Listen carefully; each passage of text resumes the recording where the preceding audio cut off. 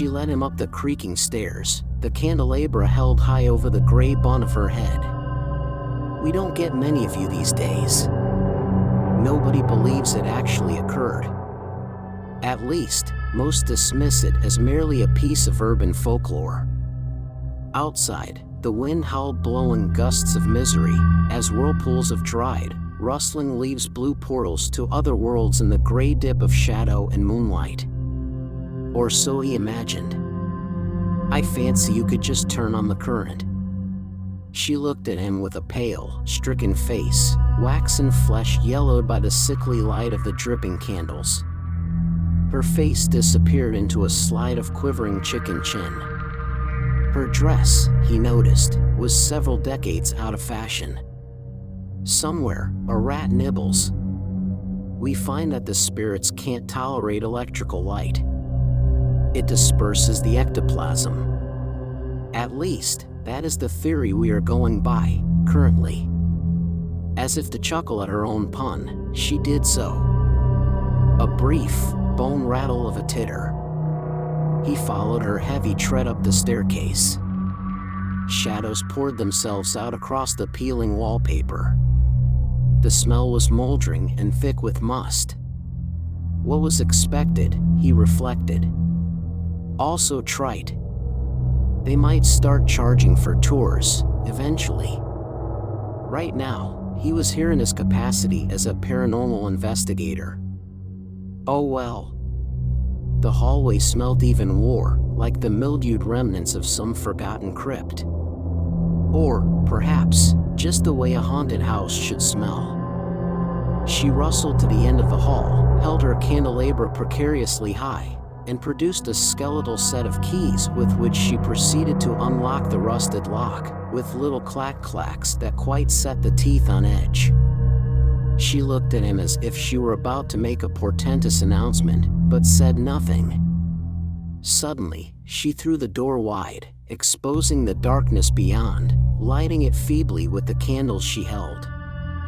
He choked away a wave of dust, or nausea, or whatever it was that suddenly gripped him in the throat and belly. Beyond, his eyes adjusted to the cavernous darkness. It was a big room, blossoms of cobwebs shrouding the corners, dust a thick blanket over everything. It almost looked as if time was reclaiming it from the grasp of civilization. This, she said, striding forward, is where it happened. This is where he did it. This is where he can, often, be seen and heard. Oh, he can be seen and heard? Perhaps you had better refresh my memory as to the details of the story. She looks at him with a look of astonished surprise, but also seemed to enjoy the prospect of relating the tale. I knew him, you know. It isn't just an urban legend, if that's what you're thinking. I was his private nurse. He was a very sloppy boy. He always wore a hood when he went out, which he rarely did, of course. He was mostly confined to this room, where he had his books and his own private thoughts. He was of a noble lineage, of course, but from a decayed line. There were whispers and hints of a family curse being visited upon him. Let's just say, well, if you knew him, you could believe it. The doctors came and went. Even priests, eventually. But the thing grew straight out of the back of his head, a little face, eyes and mouth and a rudimentary nose and a glob of hanging, doughy flesh reaching around to one cheek. The eyes could blink and sometimes seemed to follow you about. They would tear up, too. It never made a sound, at least, not by day. He strode about the dusty room, which had long ago been emptied of all furnishings, except for an ancient bed with a dusty, moldering blanket and an iron, cage-like bedstead. It looked badly rusted. He suddenly felt a little cooler, a little emptier, for all her chattering. He put a hand over his mouth to stifle a cough. It spoke to him at night, of course. She moved her heavy bulk across the creaking floorboards, a large black shadow in the dark. And what did it say? She smiled. He could see her mouth was very tight and cruel, despite her prodigious chins and flabby features. Oh, that's really the mystery of it, isn't it? How it spoke to him, and only him.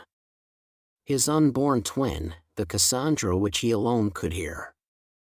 It related coming misfortunes, disasters, deaths. Sometimes, these prophecies came true. Without even thinking of the consequences, he piped up, "I don't believe it." "You can believe whatever you like," she replied curtly. The fact of the matter is, it correctly related the deaths of celebrities, politicians, even family members. It was seldom wrong in the details. And it would gloat, it enjoyed misfortune. It relished pain and death. He wanted to make a smart retort, but thought better of it. What was he doing here, anyway? It was all so trite, obviously a ruse to pull in the tourists and suckers. But he decided to play along. He pointed down at the bed. "And this is where he did it?" She was suddenly businesslike again. "Yes, this is where Edward died. The parasitic twin tormented him at night. It said vile things to him, worse than the predictions. It would hiss at him that God was dead. That he had forsaken the world, and left Satan in charge to take care of things. That life on earth was a form of horrid nightmare that was only going to get worse. Because this was, truly, the hell foretold in the Bible." He paused. I can well imagine that, for Edward, life must have seemed like hell. "Yes," she said, reflectively. "I suppose you are correct." It was full dark outside now, and he didn't know what else to do. He had come prepared with a list of questions, but now they seemed irrelevant. He thrust his hands in his pockets, took them back out again, ambled in place, and sighed. "So he drank poison, correct?" She paused for a moment. Then she shifted her huge bulk across the floor, slowly, her eyes pointing down to the dark shadows of the dusty floorboards. "Yes. Understand, the greatest surgeons in the world had been consulted, and not one of them knew of any way to correct the problem. It was written up in one of the medical journals, you might have read, but the family struggled to keep it all under wraps. They didn't want Edward to become the center of curiosity seeker or lovers of freak exhibits. And of course, there was the hint of the family curse, old legends about forbidden love. If you take my meaning." He nodded slowly. "I think I do." Pause. "Tell me, were any of these predictions made by the twin, recorded for posterity?" She smiled. He reflected that her mouth really was tight and cruel. "Only one. That, 30 years after the suicide that freed Edward from his life of torture and pain, another body would rest upon that bed. Another man would lose his life lying there. That the sheets would, once again, be stained with blood." "He bled a lot then?" "No. His twin lived several minutes after he succumbed to the arsenic, though. It responded to lit matches held in front of the eyes. Suddenly, though, it choked up a huge gout of blood, staining the sheets horribly. They've never been changed. Care to see the stains?" He was hesitant, but finally bent over. He peered closely at the faded stain. He could smell the heavy funk of mildew on the decayed, dusty sheets. "So fascinating," he finally admitted. "It almost looks like a face peering out from the sheets." He was certain it was probably an old wine stain. Later, he dripped blood across the moth-eaten sheets, a heavy gout spilling from the wound in his head. She had brought the heavy candelabra down with killing force. She was an old hat at this game, and quite strong. She sat for a few moments in the pitch, imagining thermal vapors of ectoplasm leaving the body. A soul released, she surmised. Her eyes adjusted to the gloom. Moonlight spilled in through the tattered curtains.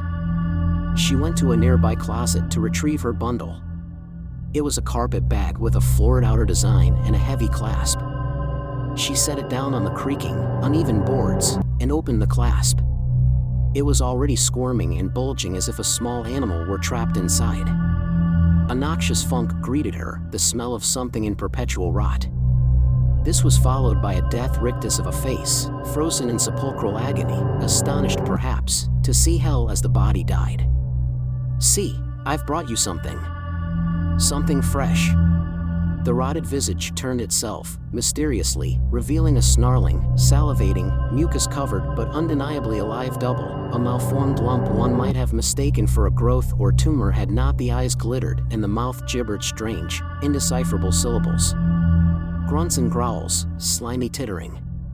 The slurping, sucking sound of a hungry maw. Somewhere, a rat nibbled inconsolably. The thing dragged itself, by some unseen agency, to the bed, hopped upon the stiffening body, and began to feed. She watched the dual head take its nourishment for hours, a shifting vision of horror in the moonlit gloom.